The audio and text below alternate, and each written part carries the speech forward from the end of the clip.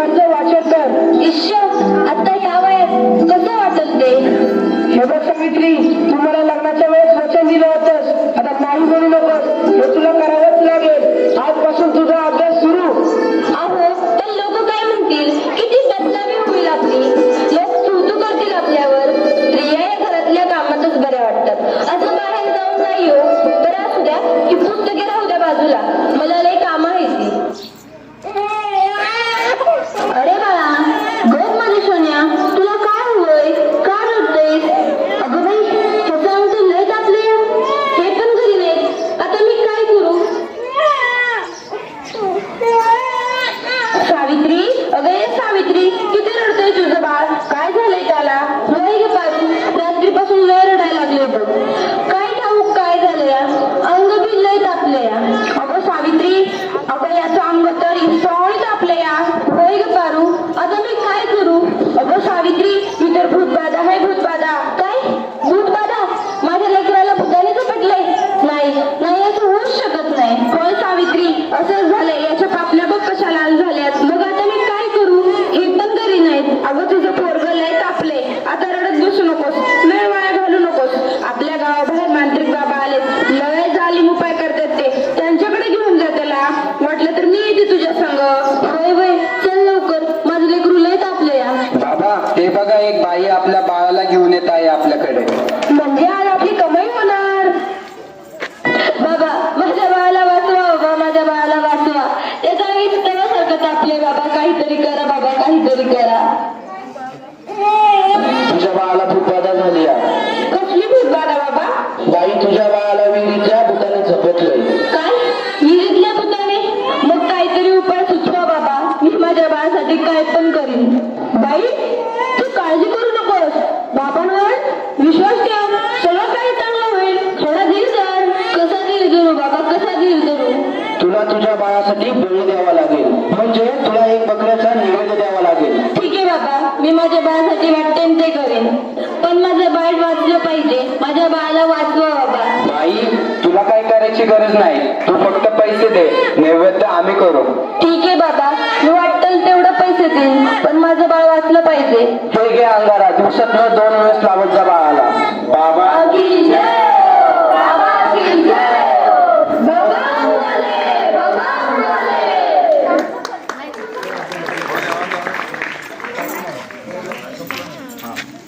याचा अजून कसं काही ताप कमी नाही झाला? काल बाबाकडे जाऊन पण काय बी फरक पडला नाही. अगं किती रडतोय तो? तुला किती वेळा सांगितलंय त्याला दवाखान्यात घेऊन जा म्हणून, पण तू काय माझं ऐकू नकोस. अहो ऐका ना, चिडू नका. जरा बघा ना हातात घेऊन. याचा ताप कायच कमी नाही झाला. जरा बघा ना याला काय झालंय ते. त्यावेळी तुला किती वेळा सांगितलं की घरात प्रसूती करू नकोस म्हणून. अशा वेळी एका आईचं आणि बाळाचं दवाखान्यात असणं किती महत्वाचं असतं, माहित आहे का तुला? अहो, पण पुरुषाच्या हातून प्रसूती करताना लाज वाटते. कसं वाटतं ते? त्यावेळेस दवाखान्यात कुठल्या महिला डॉक्टर पण नव्हत्या. मी कशी करणार होते प्रसूती? अगं अंतर तव्यासारखं तापलंय, अशी कशी गाफील असतेस तू? अहो, मग काहीतरी करा ना.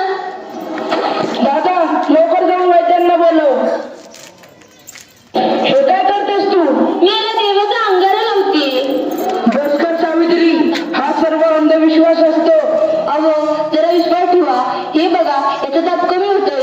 कपाळ पण अगदी थंड पडलं. या बघा ना जरा. उठ ना बाळा, उठ, डोळे उघड. हे बघ, तुझी मम्मी तुला बोलवतीये. उठ ना पिल्लू, आई तुला आवाज देतीये. उठ ना बाळा. काय झालं? अहो, याला काय झालं? हा उठत का नाहीये आणि डोळे पण उघडत नाहीये. ए बाळा, उठ ना. काय झालं? अहो, काय झालं याला? हा साथ गप्प गप्प काय? ए उठ ना बाळा, काय झालं तुला? अहो, बघा ना जरा. नाही राहणार मी अडाणी. मी शिकेन, मी नक्की शिकेन. कारण उद्या एखाद्या कुण्या आईला उपचाराच्या कमतरतेमुळे आपल्या बाळाला मुकावे लागणार नाही. मी शिकेन, मी नक्की शिकेन. शाबास सावित्री, शाबास. मला तुझ्याकडून हीच अपेक्षा होती.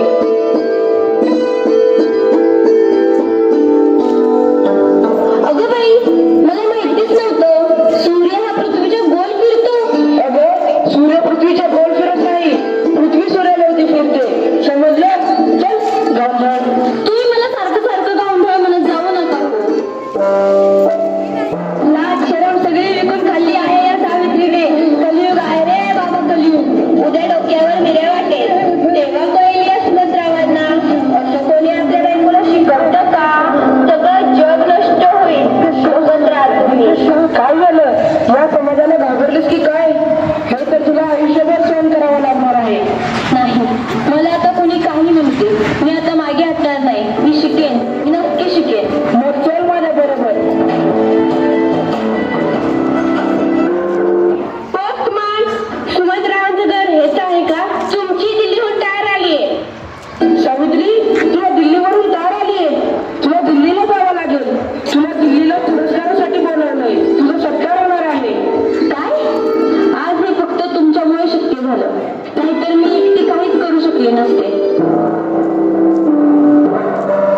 कॉंग्रॅच्युलेशन. Keep it up. महिलांचा सन्मान वाढावा लागतो.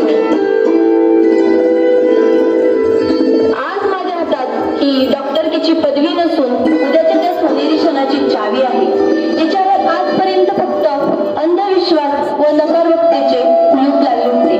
माझ्या देशात अशा अनेक महिला आहेत ज्यांची स्वप्न चुलीच्या धुरात होऊन गेली आहेत. मला असं वाटतं ही स्वप्नांची पतंग खुल्या आकाशात उडावी आणि प्रत्येक घरात सुमंत्र असावे, कारण हे या पतंगाच्या दोऱ्याला कधीच कापू देऊ नये.